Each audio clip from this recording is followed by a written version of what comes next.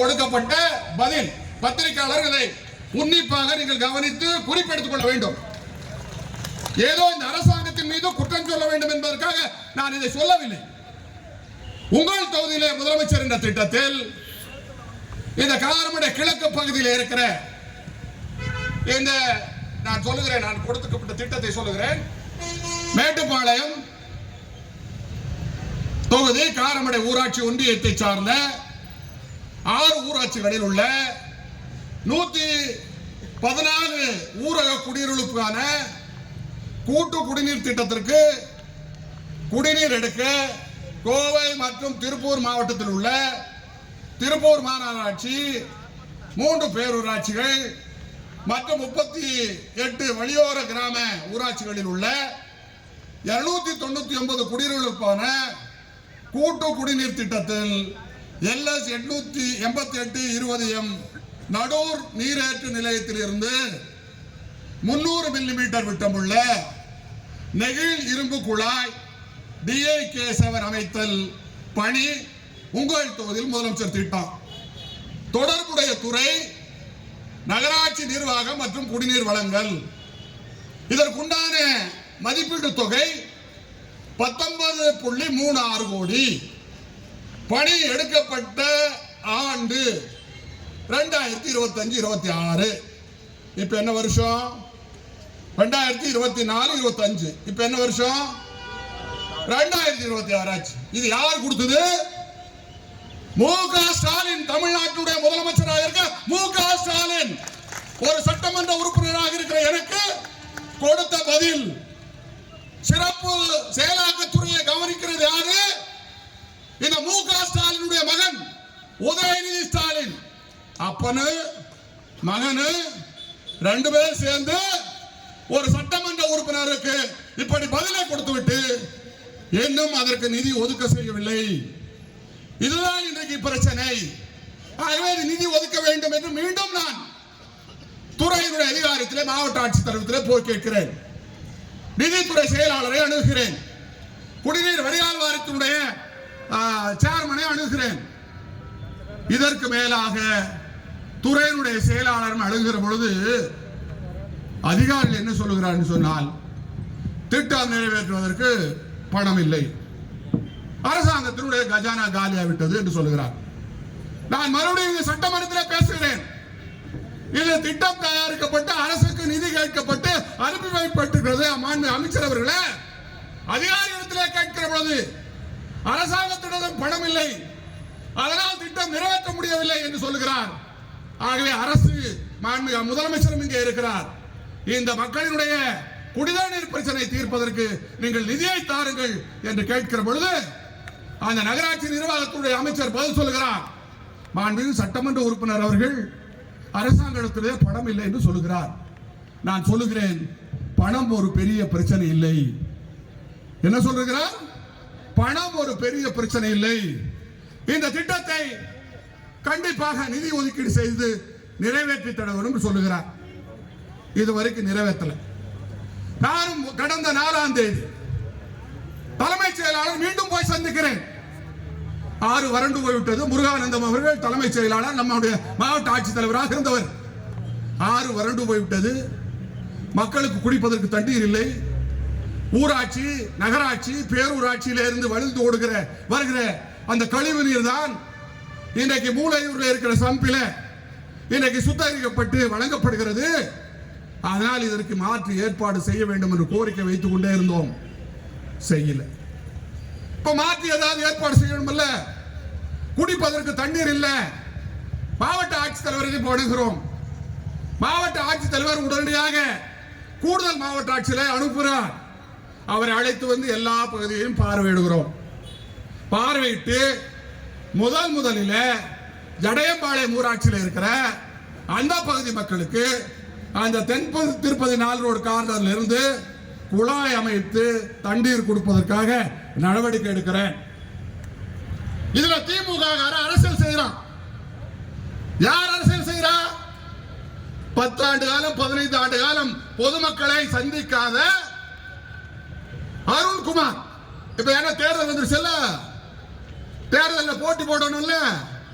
சீட்டு கேட்டு இருக்கிறான். ஏதாவது சீட்டு கிடைச்சிட்டா நான் தான் போய் நால் ரோட்டில் இருக்கிற இந்த குடிநீர் வடிகால் வாரியத்தின் அதிகாரி வைத்து அந்த குடிநீர் இணைப்பை, அந்த கூடுதல் தண்ணீரை வழங்குவதாக ஒரு போட்டோ எடுத்து போட்டான். செஞ்சவன் நான். எல்லா ஆலங்கொம்பல் இருக்கிற தாய்மார்கள் அனைவருக்கும் தெரியும். ஆனால் இப்படி அரசியல் செய்கிறான். சரி, இதை விடக்கூடாது. நான் அரசியல் செய்யல. நான் ஒரு மக்கள் பிரதிநிதி. அரசாங்கத்தை அணுகிறேன். நான் ஆர்ப்பாட்டம் செய்ய வேண்டும் என்று நினைத்திருந்தால் இந்த அரசாங்கத்தை கண்டித்து எப்பொழுதோ ஆர்ப்பாட்டம் செய்திருக்கலாம். அதில் பலனில்லை என்பது எனக்கு தெரியும்.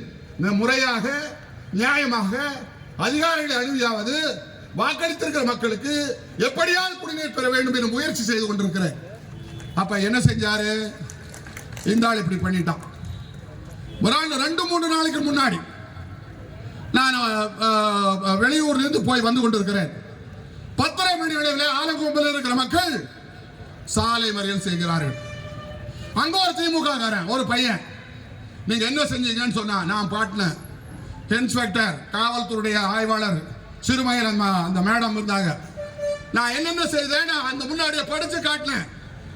மாவட்ட ஆட்சித்தலைவர் இடத்துல கொடுத்த மனு, தலைமை செயலகத்தில் கொடுக்கப்பட்ட மனு, உங்கள் தொகுதியிலே முதலமைச்சர் என் முதலமைச்சர் கொடுத்திருக்கிற பதில் எல்லாத்தையும் சொன்னேன். அவன் சொன்னா, நீங்க என்ன செஞ்சிருக்குன்னு சொல்லுங்க.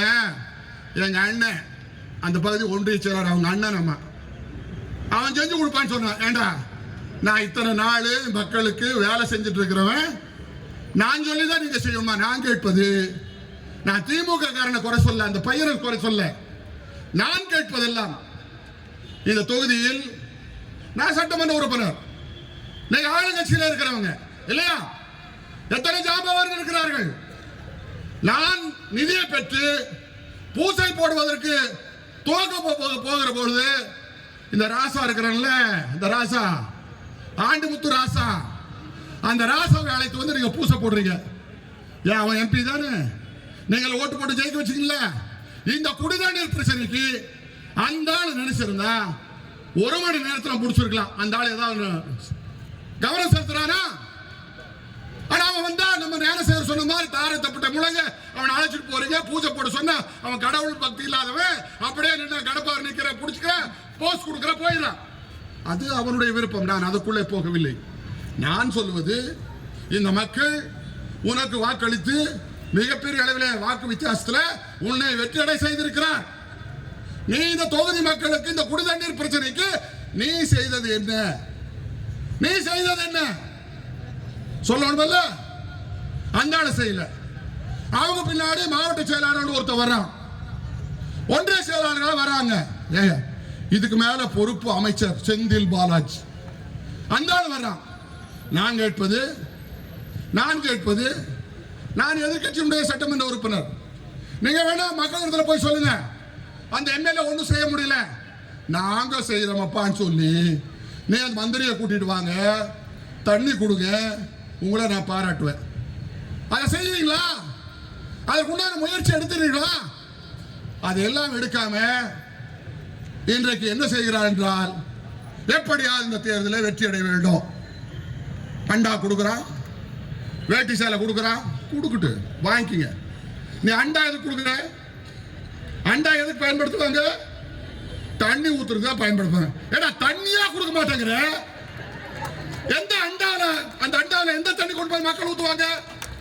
கொஞ்சமாவது அறிவு வேண்டாமா? கொஞ்சமாவது புத்தி வேண்டாமா? அப்படி அண்டா கொடுத்து, குண்டா கொடுத்து, பல பொருள்களை கொடுத்து நீங்க ஏமாத்தி விடுவீங்கன்னு நினைக்கிறீங்க. நடக்குமா? நடக்காது. இன்னும் நான் ஒன்றை சொல்லுகிறேன். முதலமைச்சராக பொறுப்பேற்றவுடன் என்ன சொன்னார் என்று சொன்னால், நான் தமிழ்நாட்டு மக்களிடத்தில் வாக்களித்தவன் வாக்களிக்காதவன் என்று பிரித்து பார்க்க மாட்டேன்.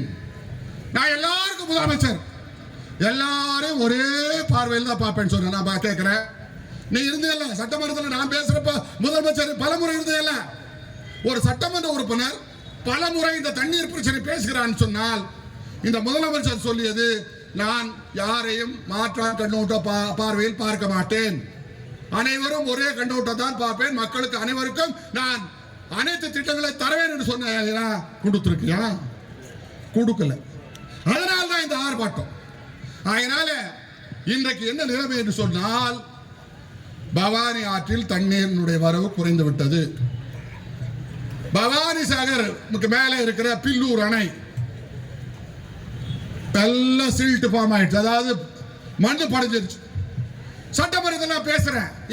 இந்த அமைச்சர், பொறுப்பு அமைச்சர், இந்த செந்தில் பாலாஜி துறையோட அமைச்சர், அந்த ஆளுகிட்ட கேட்கிறேன், பில்லூர் டேம் 50 அடிக்கு மண்ணு மூடிருச்சு, அதை தூர்வாருங்கன்னு சொல்றேன். அந்த சபாரியா இருக்கிற அந்த அப்பாவு, அந்த மனுஷன் எந்த துறையை நான் பேசுறேன்னு தெரியாம பேசுறான். நான் தெரியாம பேச மாட்டேன், நான் பேசுவது சரி, நீங்கள் தெரியாமல் நீங்கள் குறுக்கீடு செய்றீங்கன்னு சொன்ன உடனே அவன் சொல்ற, அந்த செந்தில் பாலாஜி என்ன சொல்றேன்னா, அந்த அப்பாவை காப்பாற்றோடுங்கிறதுக்காக நான் சீனியர் அமைச்சரோட கலந்து பேசி அந்த பில்லூர் அணையை தூர் வரணுமா.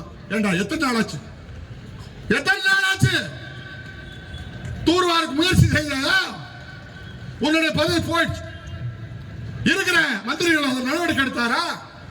அதனால பில்லூர் அணை தூர்வாராமல் இருந்தால் கீழே இருக்கிற பவானி ஆற்றில் இனிமேல் தண்ணீர் ஓடாது.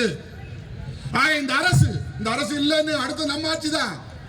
இந்த அரசு செய்ய வேண்டியது, இந்த மக்களுடைய குடிநீர் தண்ணீரை பிரச்சனை தீர்க்க வேண்டும் என்று சொன்னால் முதலில் பில்லூர் அணையை தூர்வார வேண்டும்.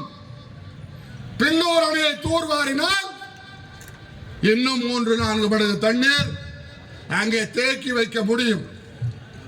16 குடிநீர் திட்டங்கள் இருக்கிறது. இங்க இருந்து கோயம்புத்தூருக்கு 295 mld தண்ணீர் எடுக்கப்படுகிறது, திருப்பூருக்கு 195 mld தண்ணீர் எடுக்கப்படுகிறது. அதனால் அப்படி எடுப்பதனால் ஆற்றினுடைய தண்ணீர் மிக குறைந்து விடுகிறது. எல்லாம் தண்ணி கொண்டு போயிட்டீங்க, பரவாயில்ல, நாம மண்ணின் மைந்தர்கள், இந்த ஊர்ல சேர்ந்தவன் ஆறு, நம்ம ஆறு, நமக்கு தண்ணியில நீங்க நமக்கு தண்ணீர் கொடுப்பதற்கு இன்னும் ஒரு மாற்று யோசனை சொல்லுகிறேன் சொல்லி நான் சொல்லுகிறேன். செங்கல் எஸ்டேட் அருகில் டொமான் என்ற இடத்தில் ஒரு தடுப்பணையை கட்டி 3 TMC தண்ணீரை நீங்கள் தேக்கி வையுங்கள். கோடை காலமாகிற பொழுது குடிநீர் பிரச்சனை தீர்ப்பதற்காக அந்த அணையில் இருந்த தண்ணீரை நீங்கள் திறந்து விடுங்கள் என்று இந்த அரசுக்கு நான் யோசனை சொல்லுகிறேன். இதெல்லாம் செஞ்சா நிரந்தரமாக தண்ணீர் பிரச்சனை தீர்க்கப்படும், நிரந்தரமாக தீர்க்கப்படும். ஆகையினால் திருப்பூர் 2வது குடிநீர் திட்டத்தில் 27 mld தண்ணீர்